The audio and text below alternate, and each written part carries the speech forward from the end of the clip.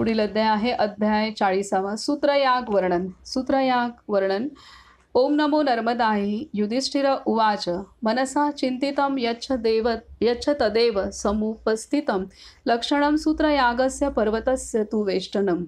राजा युधिष्ठिरने विचारले, हे मुनिश्रेष्ठ, मनाने जे चिंतिले तेच उपस्थित झाले। सूत्रयागाचे लक्षण व पर्वताचे लपेटणे या यथाविधी कोणत्या कालात करावे व त्याचे शास्त्रानुसार नियम काय आहेत हे सर्व आपणच जाणता, तेव्हा आपणास माहीत असलेले आम्हाला सुद्धा समजून सांगावे, ज्यामुळे तिथे यज्ञयागाच्या प्रभावाने गंधर्वांसहित देव मानव व पापयोनींना स्वर्गात देवभाव प्राप्त झाला।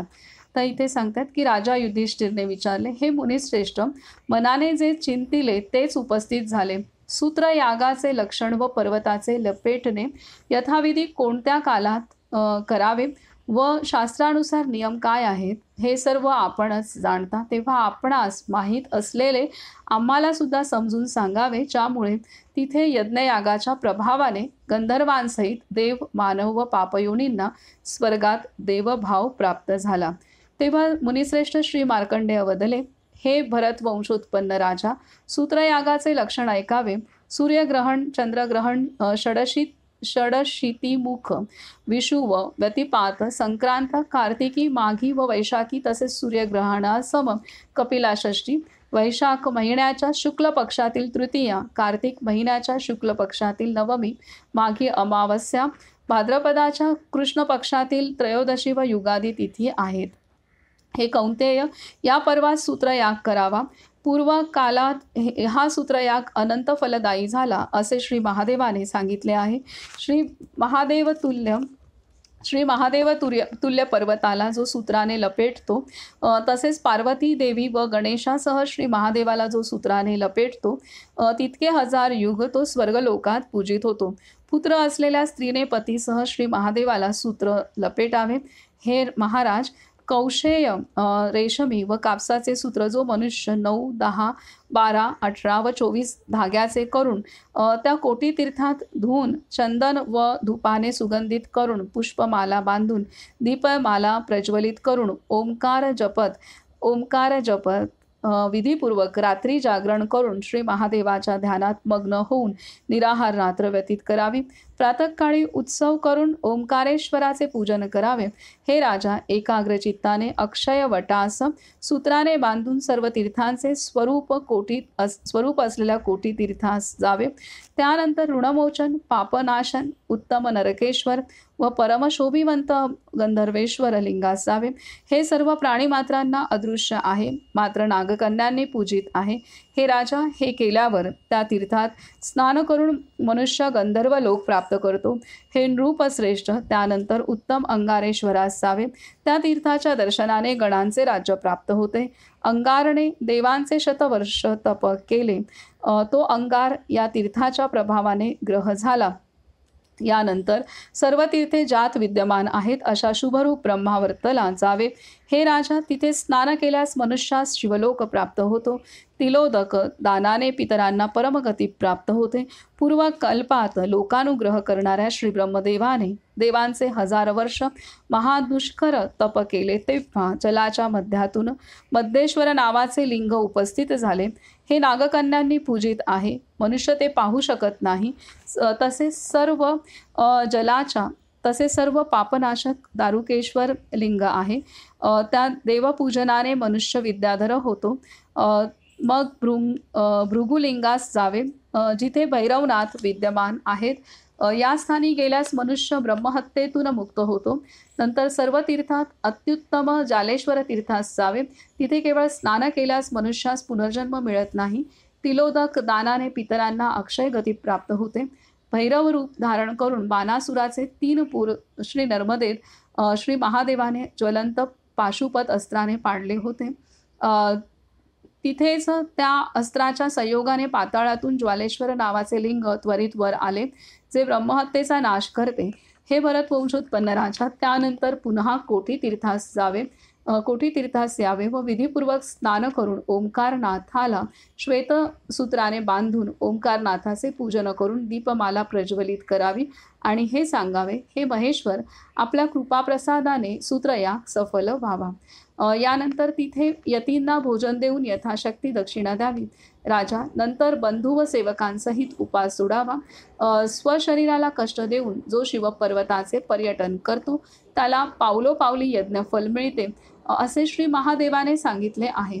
पूर्वकालात सर्व देवगण, सिद्ध, गंधर्व, किन्नर, विद्याधर, यक्ष, असुर, दैत्य, दानव, चंद्र, सूर्य आदी ग्रह, नक्षत्र, ध्रुवमंडल, विश्वे देव, साध्य, मरुत, वसु, इंद्र, इंद्राणी, सावित्री, अरुंधती, सरस्वती व गायत्रीने तो पर्वत सूत्राने लपेटला व श्री महादेवाने सांगितलेले फलही त्यांना प्राप्त झाले. या पर्वताला सूत्र लपेटल्याने अहल्या, मेनका, रंभा, घृताची, उर्वशी, तिलोत्तमा, नद्या व समुद्रांना सूर्य, चंद्र, सूर्य, पृथ्वी असेपर्यंत दिग्देवत्व प्राप्त झाले. सूत्रयागाच्या प्रभावाने चंद्र, सूर्य, पृथ्वी असेपर्यंत या पर्वताला सूत्र लपेटणारा शिवपुरात वास करतो.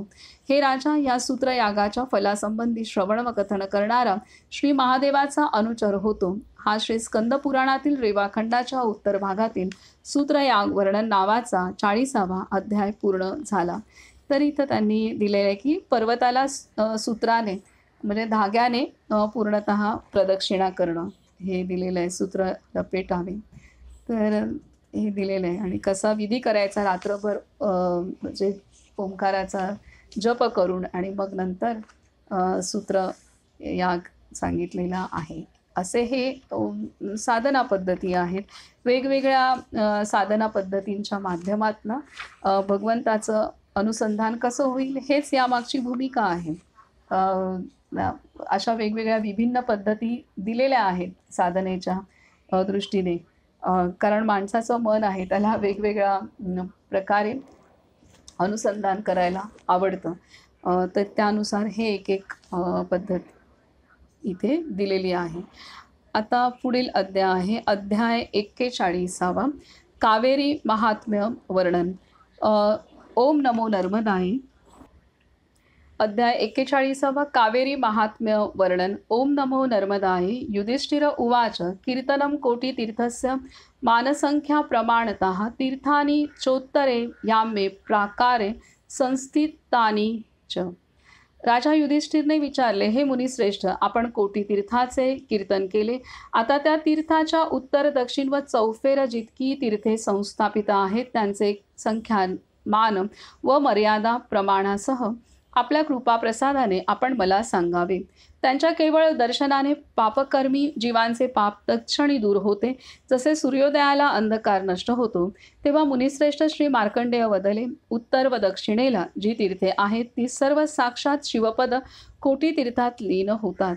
हे राजा, समुद्रापर्यंत पृथ्वीवर जितकी तीर्थे आहेत ती साक्षात परमपद कोटी तीर्थात लीन होतात. हे महाराज, कपिला व अमराच्या मध्य तसेच श्री नर्मदा व ओंकाराचा मध्य या अंतरात कोटी तीर्थ विद्यमान आहे. पाताळात वसलेली 1,00,000 तीर्थे कपिला व श्री नर्मदात श्री महादेवाने स्थापित केली आहेत. महाराज, या अंतरात रुद्रावर्तच्या जलाने भक्त विधीपूर्वक स्नान करून शिवमंदिरात जातात. जे उत्तर तटावर वसतात ते शिवलोकात जातात. जे दक्षिण तटावर वसतात ते विष्णू लोकावर जातात. जे अमरकंटकच्या पूर्व पश्चिम भागात राहतात ते श्रीरुद्र, श्रीब्रह्मा व श्री विष्णू लोकात जातात.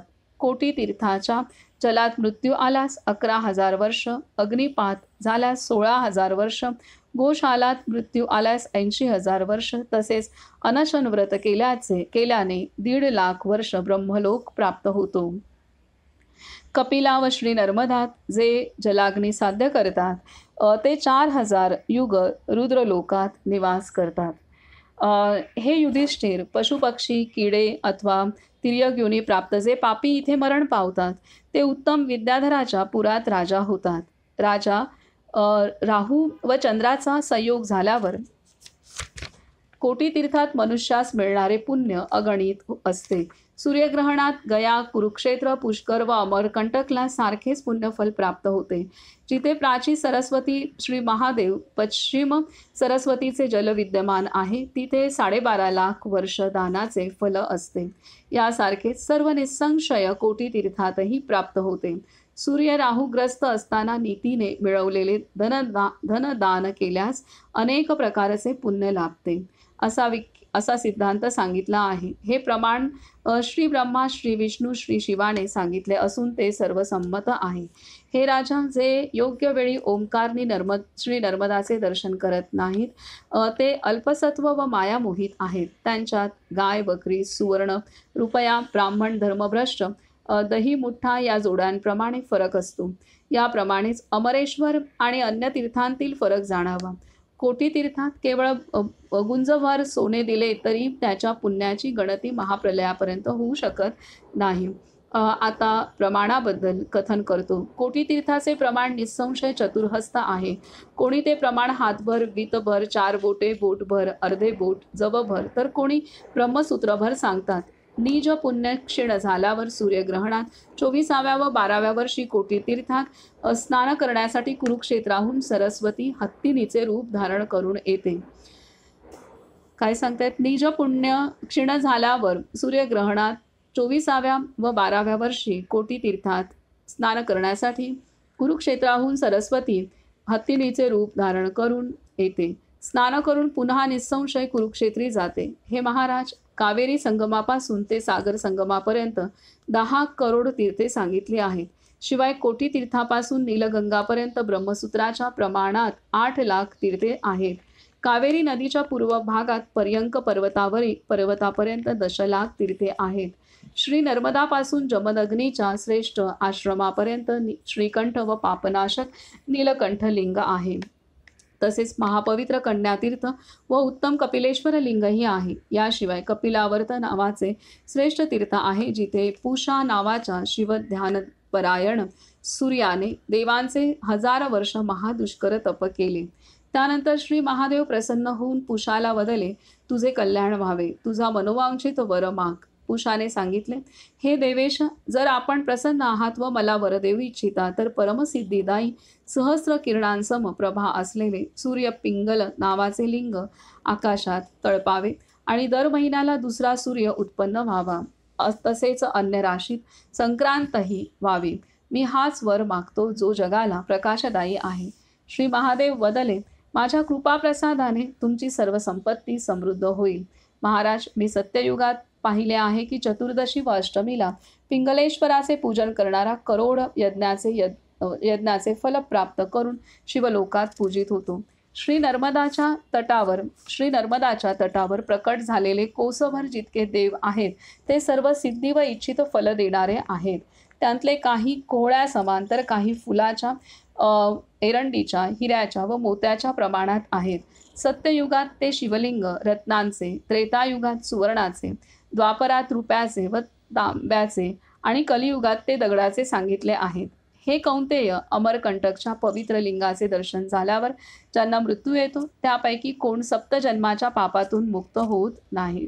त्यापैकी कोण सप्तजन्माच्या पापातून मुक्त होत नाहीत, अर्थात सर्व मुक्त होतात, कारण अमरकंटक पर्वत सर्वत्र पवित्र आहे.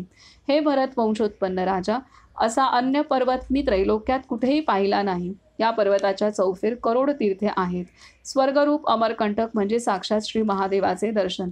कोटी तीर्थ व अमरकंटक दोन्ही निश्चितच महापवित्र आहेत. अमरकंटक स्वर्ग, मोक्ष व सर्व सिद्धिदायी आहे. मांधाता राजा वैदुर्य पर्वतावर सत्ययुगात सिद्ध झाले. आता अजून तीर्थांबद्दल सांगतो. पुण्य कावेरी संगम त्रैलोक्यात प्रसिद्ध आहे. त्या संगमात स्नान केल्यावर स्वर्ग प्राप्त होतो व मरणोत्तर पुनर्जन्म नसतो. चतुर्दशी मंगळवारी आल्यास व्यतिपात योगात त्या कावेरी संगमात 1000 पट पुण्यफल असते. शस्त्राघाताने मरण पावलेले तिलोदक दानाने व एकोद्दिष्ट श्राद्धाने स्वर्गलोक प्राप्त करतात. चांडाळ, भिल्ल, सर्प, वीज, ब्राह्मण व दात असलेल्या पशूंनी पापकर्मांचे मरण होते. हे राजा, ते सर्व जीव पवित्र कावेरी संगमात श्राद्ध करण्याने तृप्त होतात व त्यांना परमगती प्राप्त होते. हे सत्य आहे. कुबेराला देवांचे 1000 वर्ष तप तसेच लोकनाथ पार्वतीपती श्री शिवशंभूंची आराधना व पूजन केल्यावर लोकपालत्व प्राप्त झाले. तिथे देहत्याग करणाऱ्याचे पुण्य फल सांगायचे तर त्यास 60,000 वर्ष देवांचे राज्य प्राप्त होते व विद्याधरांच्या पुरात तो 10,000 वर्ष राजा होतो. श्री नर्मदा व कावेरी जलाने व वनातील तिळाने तृप्त केलेल्या पितरांना परमगती प्राप्त होते. अनेक हजार धारांनी कावेरी पृथ्वीवर प्रसिद्ध आहे. जसे वायू आणि सूर्यकिरणांनी चराचर व्याप्त आहे, तसे कावेरी जलाने पृथ्वी तल व्याप्त आहे. श्री नर्मदाच्या दक्षिण तटावर वाराह व विंध्य पर्वतात सर्व देवांना पयोष्ण नदीचा स्रोत प्रत्यक्ष दिसतो. ती नदी चंद्राची कन्या असून चंद्रठायी असलेली शीतलता तिच्याही ठायी आहे. पूर्वकालात पार्वती मूर्तीत पयस्विनी नदीची श्री महादेवाने आराधना केली. लोकतारणार्थ ती सोमगंगा नावाने संबोधली जाते, जी यशस्वी वाराह पर्वतातून उत्पन्न झाली आहे. या नदीत स्नान करणाऱ्या मनुष्यास निश्चितच पुनर्जन्म नसतो. हे भरत वंशोत्पन्न राजा, तिलोदक केल्याने होणाऱ्या फलप्राप्तीचे मोजमाप करण्यास शेकडो वर्षे पुरणार नाहीत. स्वामी कार्तिकेय कथित पुराणानुसार पूर्वकालात श्री शिवशंकराने हे सांगितले आहे. तिथे केलेले दान अगणित मानले जाते. वाराहचे पूजन करणारा मनुष्य साधारण नसतो. तिथे देहत्याग करणाऱ्या शिवलोक प्राप्त होतो. चंद्रग्रहणात वाराह व विंध्याचलात कुरुक्षेत्र तुल्य पुण्य प्राप्त होते, असे श्री शिवशंकराने सांगितले आहे. वाराह पर्वतापासून ते पयोष्णी संगमापर्यंत 1 करोड तीर्थे आहेत. त्या पयोष्णी संगमात असलेल्या भोवऱ्यास सोमावर्त म्हणतात. ते स्थान खरोखरच सर्वत्र पवित्र आहे. पापाहारी पयोष्णी संगमात लिंगदर्शन, स्नान व दानाचे पुण्य अगणित आहे. हे राजा, चंद्र सूर्य ग्रहणात, तापी व पयोष्णी संगमात कुरुक्षेत्राच्या शतपट पुण्य असल्याचे श्री शिवशंकराने सांगितले आहे. जिथे लक्ष्मीपती पुरुषोत्तम चतुर्भुज हरी विद्यमान आहेत, ते 1 कोसभर विष्णू क्षेत्र जाणण्यायोग्य आहे. आश्विन महिन्याच्या कृष्ण पक्षातील चतुर्दशी ते अमावस्या हा पर्वकाल आहे. चतुर्दशीला त्या 4 तीर्थांच्या संगमातून अमृत वाहते. त्या दिवशी निस्संदेह पितर तृप्त होतात. सूर्यग्रहणात कुरुक्षेत्रात जे पुण्य लाभते तेच पुण्य तापी व पयोष्णी संगमात प्राप्त होते. पौर्णिमेला दीपदानाचे असंख्य फल असते. दीपदान करणारा पुरुष चक्रवर्ती होतो. कार्तिक अथवा आश्विन महिन्यातील दोन्ही पक्षात महिनाभर जो भोजन करत नाही त्याचे पुण्यफल ऐकावे. हे भरत वंशोत्पन्न राजा, जोपर्यंत चंद्र, सूर्य, हिमालय व समुद्र आहेत तोपर्यंत तो स्वर्ग व विष्णू लोकात निवास करतो. श्री नर्मदाच्या दक्षिणेला पृथ्वी भेदून पाताळातून एक कुंड उत्थित झाले, जे त्रैलोक्यात कावेरी कुंडाच्या नावाने विश्रुत आहे. तिथे केवळ स्नान केल्याने मनुष्य गणांचा राजा होतो. तिथे देव व सिद्धांनी सेवित कुंडेश्वर सिद्धलिंग आहे. त्या पवित्र लिंगाचे अजाणताही पूजन केल्यास त्याच्या पुण्याची संख्या चंद्र, सूर्य व नक्षत्र असेपर्यंतही करता येणार नाही. तिलोदक व पिंडदानाने असंख्य काळ पितरांची निस्संदेह तृप्ती होते. कावेरीच्या प्रभावाने व श्री नर्मदाच्या संगमामुळे ते क्षेत्र यज्ञ करण्यास योग्य आहे, असे श्री शिवशंकराने सांगितले आहे. तिथे प्रकट झालेले स्वर्ग मोक्षदायी अनेक शिवलिंग आहेत. हे राजा, कावेरीत कुठेही स्नान केल्यास अश्वमेधाचे फल प्राप्त होऊन मनुष्य विष्णू लोकात पूजित होतो. कावेरीत देहत्याग करणाऱ्यास कुबेर लोक प्राप्त होतो. कावेरी व श्री नर्मदात सर्व सिद्धी प्रदान करणारे कौबेरेश्वर लिंग आहे, जे मानवास दृष्टिगोचर नाही, जे देव, दैत्य व नागकंड्यांनी पूजित आहे. 12 सूर्यासमान तेजस्वी देवाच्या पूजनाने सर्व पापमुक्त असा मनुष्य शिवलोकात पूजित असतो. कावेरी व श्री नर्मदा संगमात बाणलिंग स्थापित आहे. कुबेराने पूर्वी पाहिलेल्या संगमेश्वर नावाने प्रसिद्ध देवाच्या पूजनाने मनुष्य लोकपालांच्या पुरात निवास करतात. मंगळवारी चतुर्दशीला व्यतिपात व संक्रांत योगात गंगा यमुना संगमात जे फल प्राप्त होते ते चंद्रग्रहणात 8 पट सांगितले जाते. तसेच गंगा यमुना संगमात जे 80 पट सांगितले जाते ते कावेरी व श्री नर्मदा संगमात 80च्या 8 पट सांगितले आहे. 60,000 क्षेत्रपालांनी गंगा पूजिली जाते. त्याच्या अर्धे इतर तीर्थांचे निःसंशय रक्षण करतात. अमरेश्वराच्या दक्षिणेला जलेश्वर लिंग आहे. त्याच्या केवळ दर्शनाने मनुष्य गणांचा स्वामी होतो. सप्तकल्प राहणाऱ्या श्री नर्मदाचे 1,00,000 देव रक्षण करतात. सप्तकल्प राहणाऱ्या श्री नर्मदाचे 1,00,000 देव रक्षण करतात. हे युधिष्ठिर 60,000 धनुर्धारी पुरुष श्री नर्मदाचे रक्षण करतात. 1,00,000 देवगण ओंकारनाथ लिंग व अमरकंटक पर्वताची रक्षा करतायत. अन्य स्थानी असलेले पाप या पुण्यक्षेत्री नष्ट होते, मात्र या पुण्यक्षेत्री केलेले पाप वज्रलेप होते. या पुण्यक्षेत्री क्षणमात्र कष्टाने अत्यंत दुःख प्राप्त होते.